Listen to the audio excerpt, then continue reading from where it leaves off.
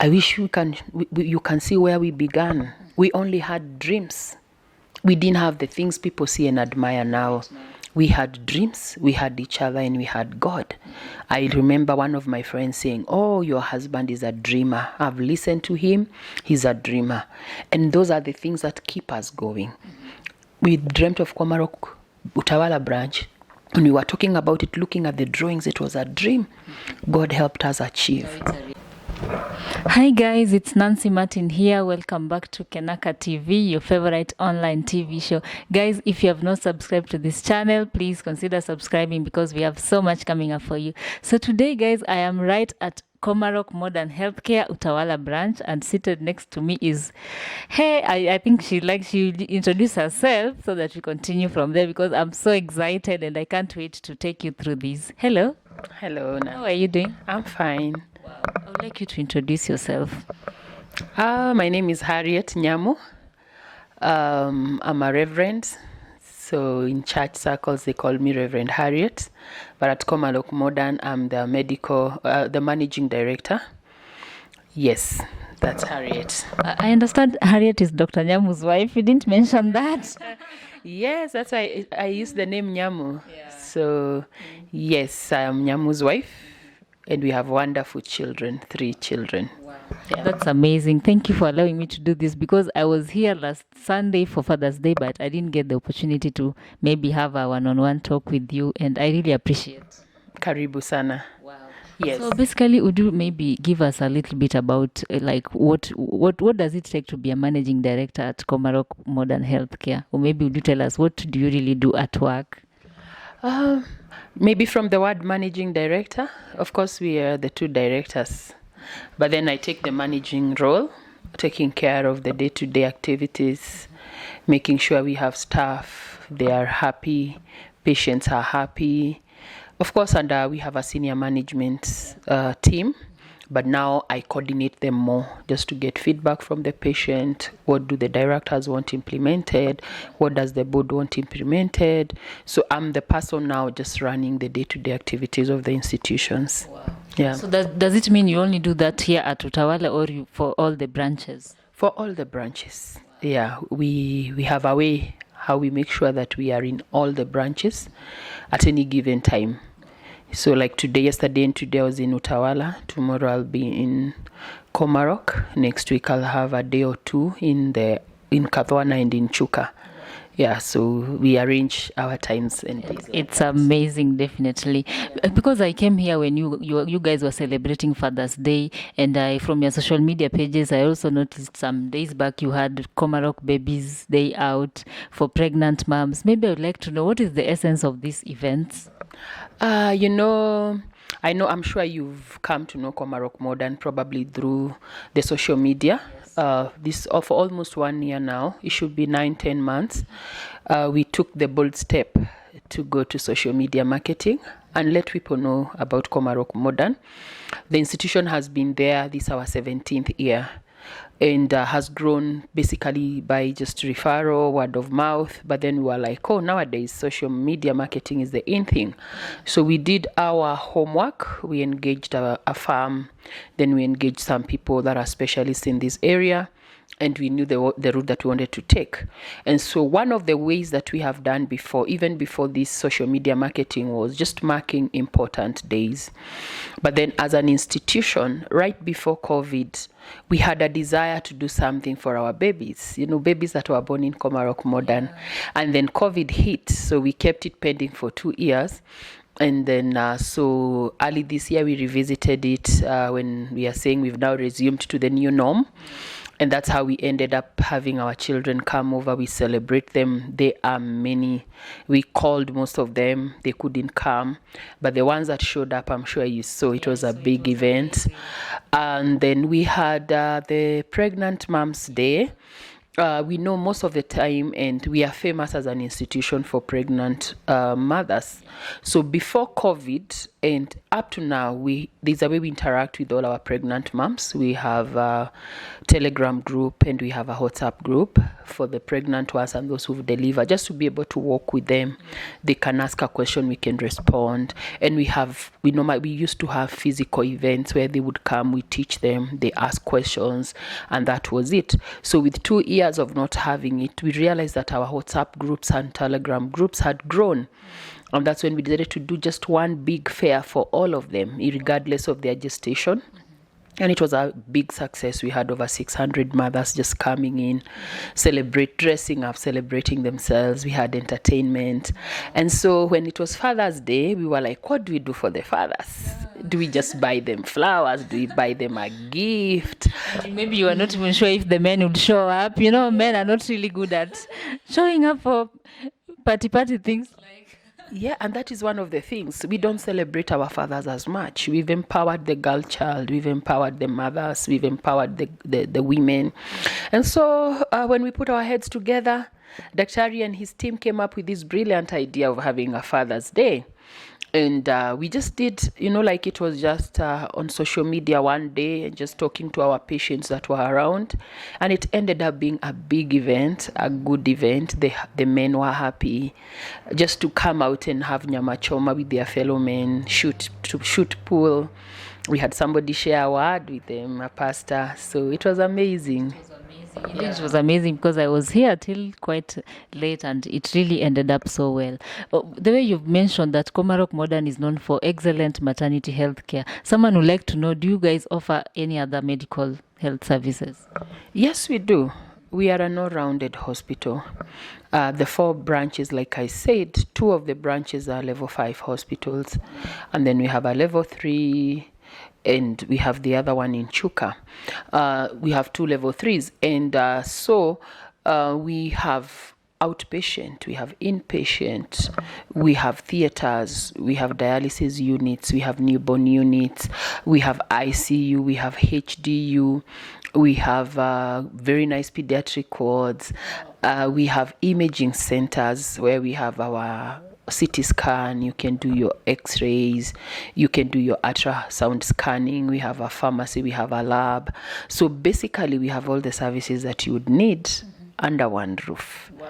Yeah, it's only that Daktari, having a special interest with reproductive health, has interacted with a lot of mothers. And I believe it happens with most institutions. There are hospitals that are famous for heart. You go there for any cardiovascular issues. There are people that are famous for bone issues, eye issues, but they have other services as well. So maybe we've shouted more because maternity side. Yes, that's our interest, and it's a strong interest because a mother is pregnant, gives birth to a child. This child comes for MCH, comes for pediatric clinic. This mother is maybe sick, comes to the male-female ward. This mother has a husband, and women are vocal. So it's not a bad thing to be known for maternity. It's good because honestly, the society needs it. It's very crucial and it's very important. As we move forward, maybe we'd also like to know, what are some of the plans that maybe you have this year? We have many plans.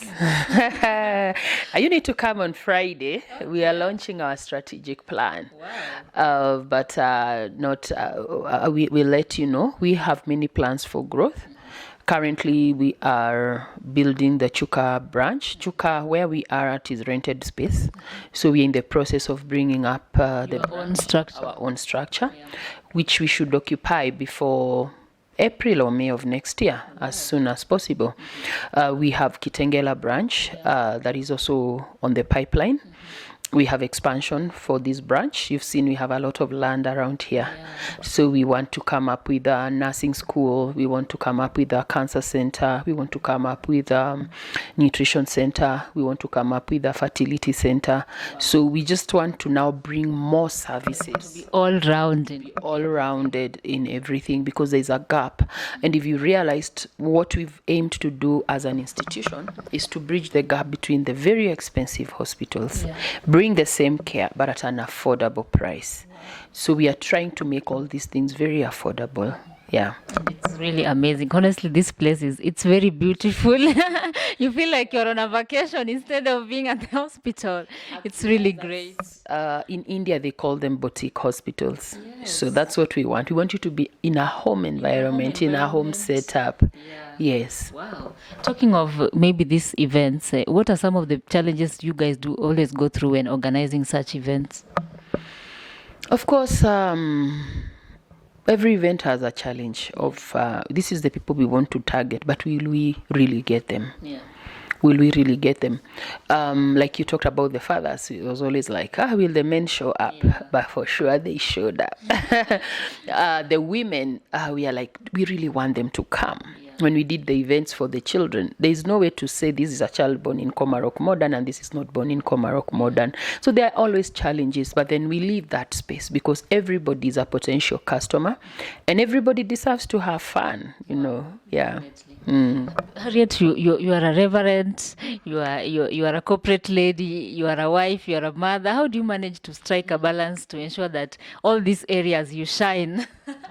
No, I think they say women can multitask. And one of the things that I strongly believe is that God has wired us for everything He will ever bring our way, He will ever allow us to do. So it's just a matter of prioritizing what needs to be done when. I have a calendar that I keep and I am strict about it.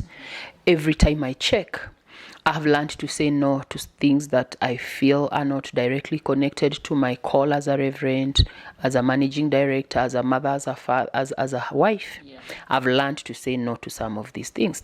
And then with proper planning, you just need to prioritize and say things straight. How do I run? Every weekday, I know I have to drop my children from school. I have to pick them from school because I realize I want to be the first contact. When they come from school, they tell me their frustrations. And I've done that for the last 10 years since our firstborn joined school. Present. I've always been present. So I now work around my day knowing I have to leave the house by 7:30, drop, come to work. By 2, I have to do everything that I need to do so that by exactly 2:30, I am off work, off any other engagement, so that I'm in school by 4 p.m. From there, I take the children home. We play around with them. I rarely take evening weekdays. I rarely take things to do in the evening because I just want to be with the children, do their activities and sleep. And then I rest. Once I put them to bed is when I begin to think, now I need to study the Bible. I have books to read. I have emails to respond to, which I didn't. I need to check, is there anything that came in between the time I left the office? Before the new week again. Yes. So, and that's my Monday to Friday. Most of the church activities, I pick them on weekends. Saturday, Sunday, and I don't have to hop from one place to another. I take one engagement, give it my all, and that's it. And Sundays are for family. Go to church, rest with family. So I've just learned to balance. My friends understand me. My family needs to understand me. Sometimes I feel bad, but sometimes it's overwhelming, definitely. Yes, sometimes it's overwhelming. In terms, I have learned to work with 5 hours of sleep every day, maximum. 6. If I have 6 hours of sleep, that was a good night. And my body has adjusted. If I sleep, like today, I think I slept for 7 hours, 8 hours. I woke up feeling very sick. So, yeah, you just have to prioritize. Okay. And we cannot, like Daktari, my husband always says, we will not, at 50, we might not be running around like this. Let's run now. So we've learned to stretch, to pull. And sometimes I look at him, how much he works. I just can't afford to be lazy. Yeah. Definitely. And how is the experience maybe working together with your husband? I think we've been working together now for 10 years plus. So it's not easy, it's easy. We've learned to draw the line between home and work. By the time everybody starts off their car, they are heading to work, we've forgotten about home. When we meet at work, I call him Daktari, he calls me MD. That's it. When we get back to our house, we have those other names that we call each other in the house. At home, we try as much as possible to avoid carrying work-related stress to home.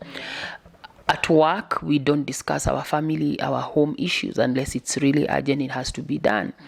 When we are in the office, we rarely meet. We only meet when there's a meeting or there's something I need to discuss with him that is urgent. So we've learned to just draw the lines.